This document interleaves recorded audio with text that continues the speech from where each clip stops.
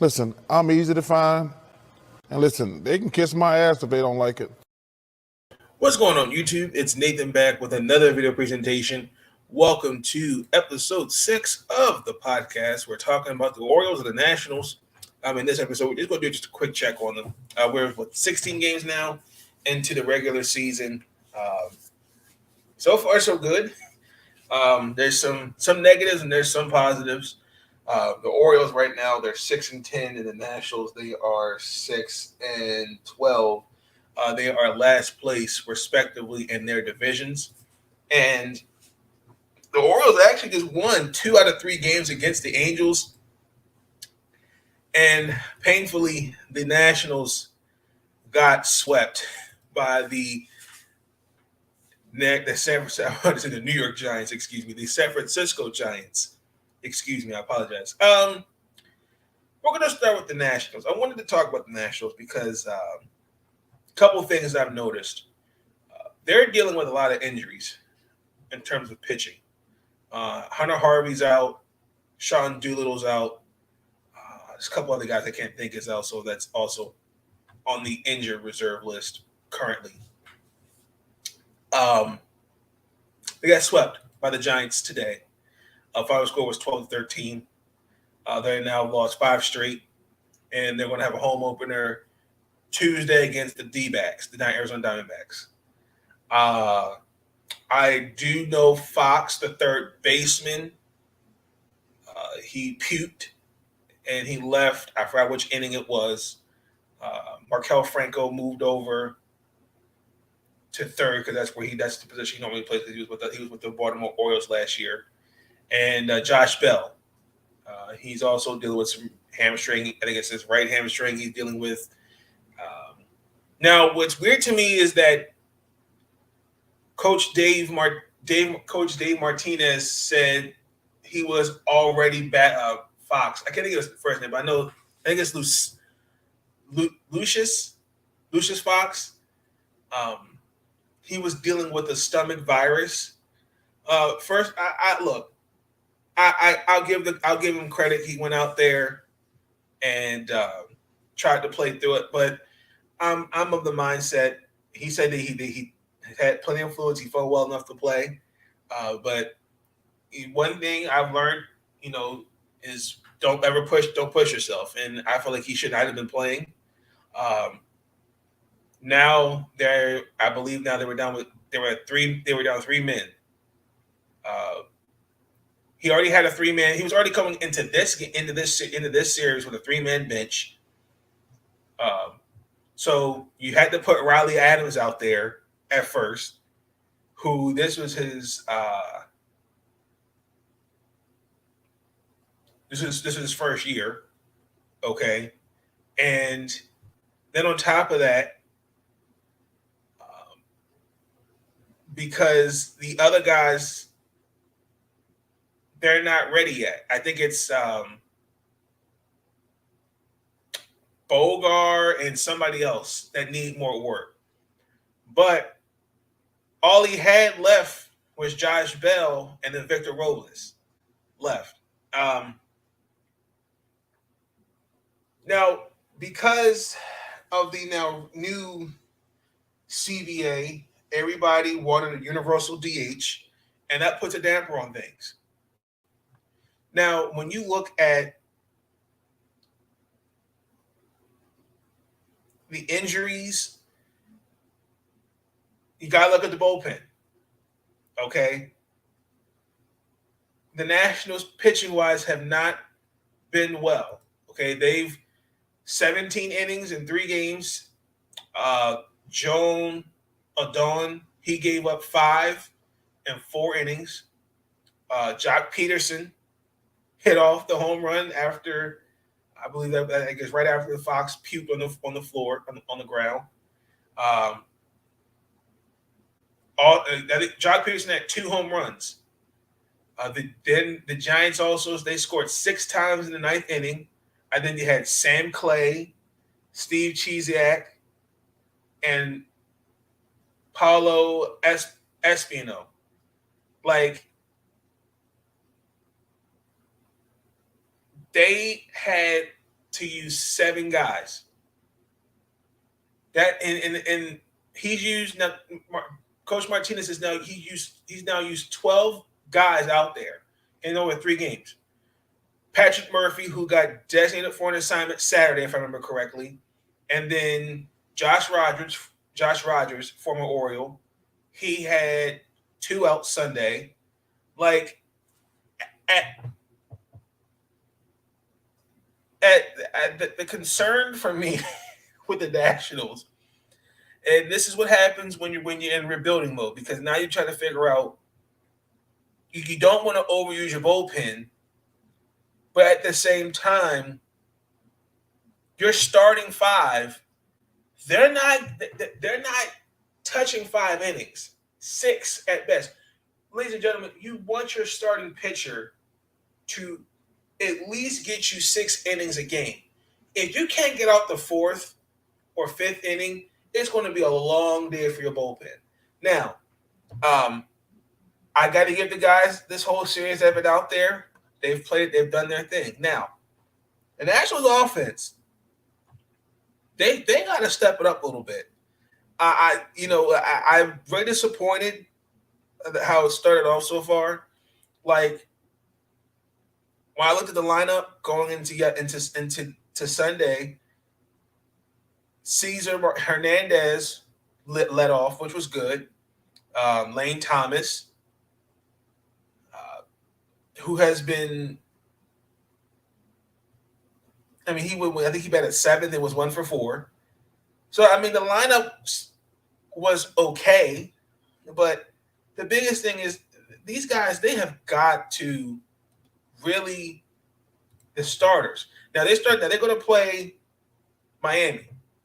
Okay, now they're off Monday, and Josiah Gray's going to start Tuesday. Eric Bettle on Wednesday, and then most likely it's going to be Patrick Corbin, who has, I'll be honest, who's been off to a rough start. It's not. I mean, when I mean rough, it's not even funny. I'm surprised at this point they haven't found a new home for him, in my opinion. And then most likely Anibal Sanchez. That's going to be your starters for the rest of the other series, because the last start Patrick Corbin had, I mean, that was just bad. I think he only lasted, I think he's given up more than, I know it's been like 11 innings pitched, and he's got an ERA well over 10. It's not looking good at all. I mean, this is someone that's coming off of who's in the midst of a $140 million deal for 6 years. And he's just, the last couple seasons, he's not looked that good. Like, I don't know what it is. I mean, every 5 days you let him start, but without Steven Strasburg, Joe Ross, I know Anibal Sanchez has been dealing with a neck injury. You ain't got a lot of options. So I really would like to have seen. I feel like his velocity, he needs to his velocity and his control on his fastball. I've read an article where he's been really working on that coming into training camp, and he's just going to have to really just figure some things out. But as far as the Nationals, this is there's guys that are not healthy. I need those guys healthy back. And I think Dave Martinez is just trying to figure out what the best team is to put out there right now. But I did have an issue with one Acides Escobar, and I can't remember who else it was. I think it was I believe it was the first game where they scored. I think the final score was 7-1. And there were some choice words for Gabe Kepler and the Giants in the dugout. In my personal opinion, and this is not direct, but this is in general, I am not a fan of guys who complain or try to look to start a fight when your team is down a certain score. If you don't like your team, your opponent outscoring you, play better. more discipline at the plate. If anything, you need to be mad at your starter pitching, your starting pitchers who have been deplorable of not getting past five, not even getting to 5 innings a game. Your bullpen's not doing that good. And instead of taking it out on Gabe Kepler, look, yeah, I understand there are unwritten rules in baseball. Hey, I'm all for it. But if you don't like it, play better. Plain and simple. I just don't really understand this notion, where I'm going to cry. I'm going to cry, bitch, and moan because they're running the score up on me. Play better. That's just plain and simple. There's no other way around that. There's no other way around. That's plain and simple. I want to say it was Victor Robles, but I mean, because you were upset. I think it was Estrada who attempted to steal second to third and actually scoring on Brandon Crawford in the top. They didn't like that. But at the end of the day, like, if you don't like that, then just play better. Plain and simple. Like, I think what was really, we should be more embarrassed is that the Giants scored 7 times in 1 inning. 1 inning. Let that sink in. You're mad at the Giants because they scored 7 straight runs in 1 inning. But you're mad at them because Escobar tried to steal. Bullshit.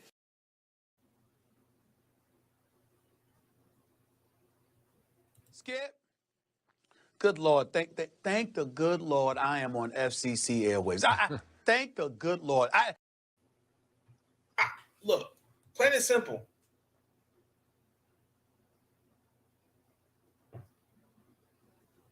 You just gotta play better. I mean, they just wore they wore on the Nationals. The Nationals this whole series have had no answers for them. And I thought was even more kind of, in my opinion, weak is that after the game, let's see, this Escobar declined an interview.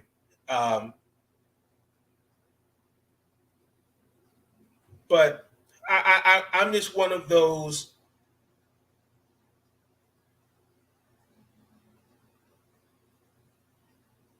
I don't think it's showing up your opponent. I mean, that wasn't it. I just think that the Nationals, they just were just that bad, plain and simple. But I'm going to give the Washington Nationals 1 game in this series against the Marlins.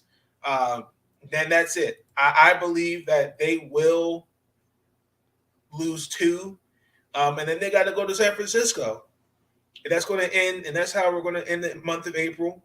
Then they got that the 3-game series against the Giants on the road, and then go to Colorado, Anaheim.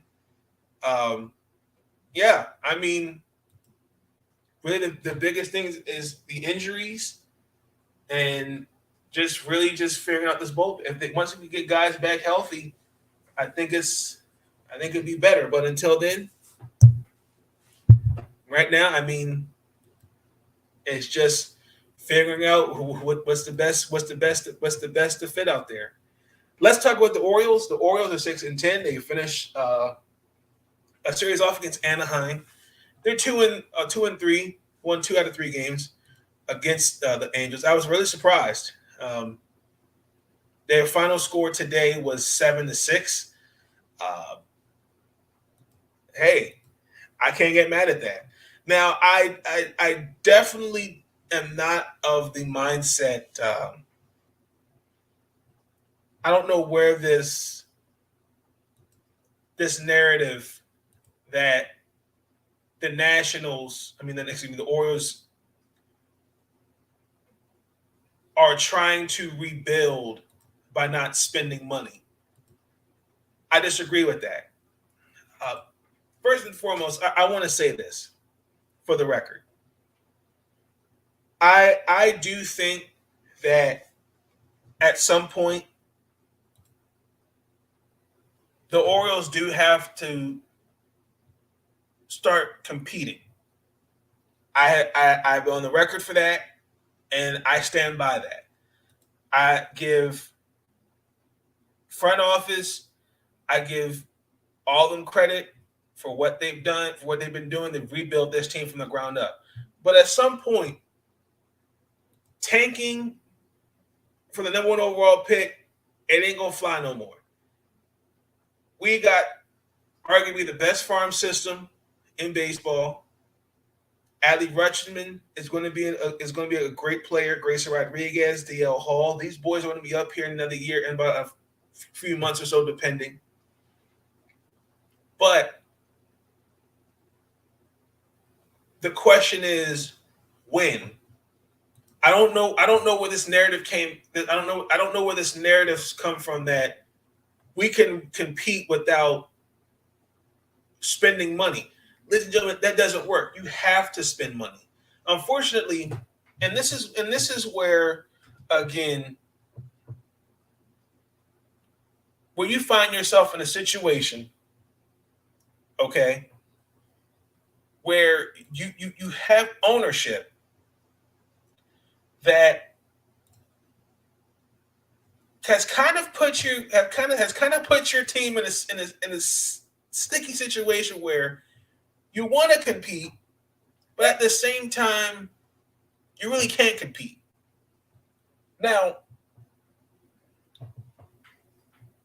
Mr. Peter Angelos, his sons are now pretty much taking over the everyday business because Mr. Peter Angelos is not getting any younger. I hope he's doing well. But the biggest issue, and this is, and you have to kind of go back. It got to a point where I think spending money to compete with teams like New York, Boston, Anaheim at the time,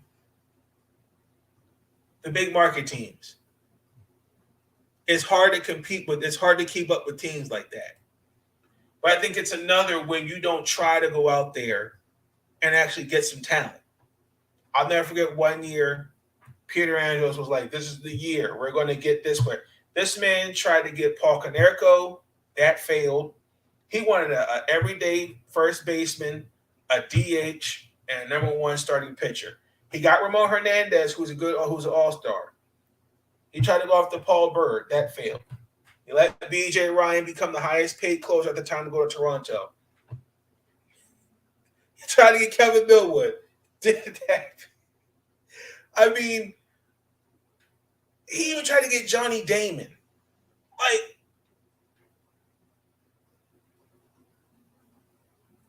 it's more about, okay,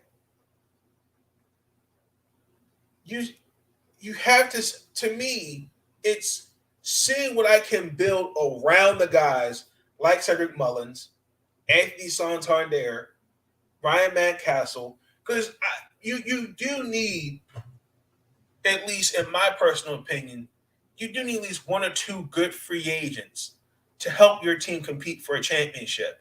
But it also too matters what's around that player. Now the biggest issue now is that our number one pitcher is now practically out for the season in John Means because he has to now get Tommy John surgery. Now we had Chris Ellis out there, but he got hurt in today's game. But I will say this: the pitching has been a bit okay. Like I'll be honest, like signing Jordan Lyles at first kind of was a head scratcher, but this has always kind of been the issue with me with the Orioles. This dumpster diving, where we sign guys that are good, are really not. It's kind of like, well, we went out there, we signed somebody. It's almost kind of like when you order a meal at a 5-star restaurant, but it's being served to you on a garbage can lid. That's what it's like to me when it comes to free agents with the Orioles. Like we're signed. I'm not saying Jordan Lyles is trash. I'm just saying like you can't go after a B level. I'm not talking about going after Jose Ramirez or Francisco Lindor, for example. I'm talking just go out there and get guys that can mentor the young guys, and keep your team competitive. I ain't gonna lie, watching us lose 100+ games at this point, it's getting really hard. It's getting really hard to watch. It's getting really hard to stomach. Like at some point, these guys are going to have to start competing, and they're going to have to start at some point. But this tanking for a number one overall pick every year, it ain't cutting it no more. Either you compete or just accept the fact that this is what it's going to be. But let me get off that. The good and the bad. If you look at this, the offense prior to the series only had 24 runs in 2 weeks. They were not productive. We've been underachieving at the plate, even though a lot of people didn't have expectations. Now, going into this series, okay, an ERA of 2.5. Now I think with Mancini's home run, I think that's like now 5 or 6. And also too, they've had 3 shutouts in 12 games. So far, we had 3 shutouts so far in the 16 games we've played. We didn't see that last year until we were 3 months into the season. We only had 1 shutout in 60 games, and then in 19 we had 5. Now, again, looking at it from my perspective, in my opinion, and this is where I think Major League Baseball is doing again. It doesn't know what to market. If you look at the whole league as a whole, offensively, it's a down year. Easily a down year. You can make the argument it's a down year, and it's a better year for the pitchers. Once you see, now I had to do my research. Now, I believe between this year and last year, I think the batting average is now below 245. It was below 245 last year and is now almost like 230. On base percentage is down. Runs per game is down. But the ERA, which was high, is now lower. And I really do think it's the type of baseball that's being used. And I think also, again, let's just keep it real. Last year, seeing that many home runs, I'm sitting there going, damn, these pitchers cannot be this bad. And I'm sitting there going, we got a lot of guys I've never heard of putting up these MLB The Show-like seasons. That's impossible. And I'm saying the ball's being juiced. But that's a whole other subject for another video. But I want to give the Orioles their flowers because Jorge Lopez, I'm liking the fact that he looked really good out there as a closer. And I will say this. Even though the final score was 7-6, 14 walks, they blown a 6-run lead, and also too, Anaheim. That was still a good game.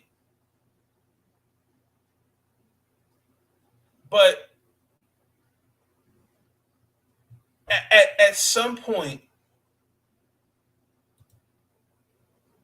I just think that you're starting to see guys truly develop into what they can be.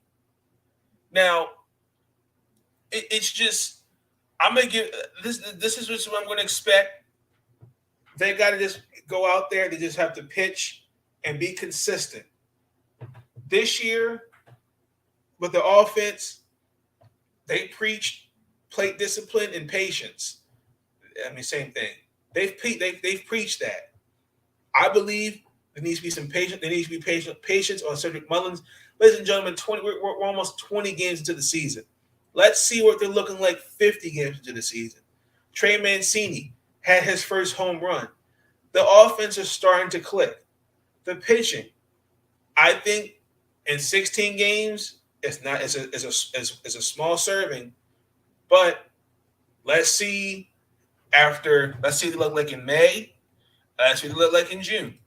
But I will say this: I'm really proud of my Orioles. The most important thing is we got 2 wins over the Anaheim Angels, who I'm still not sold on as a team.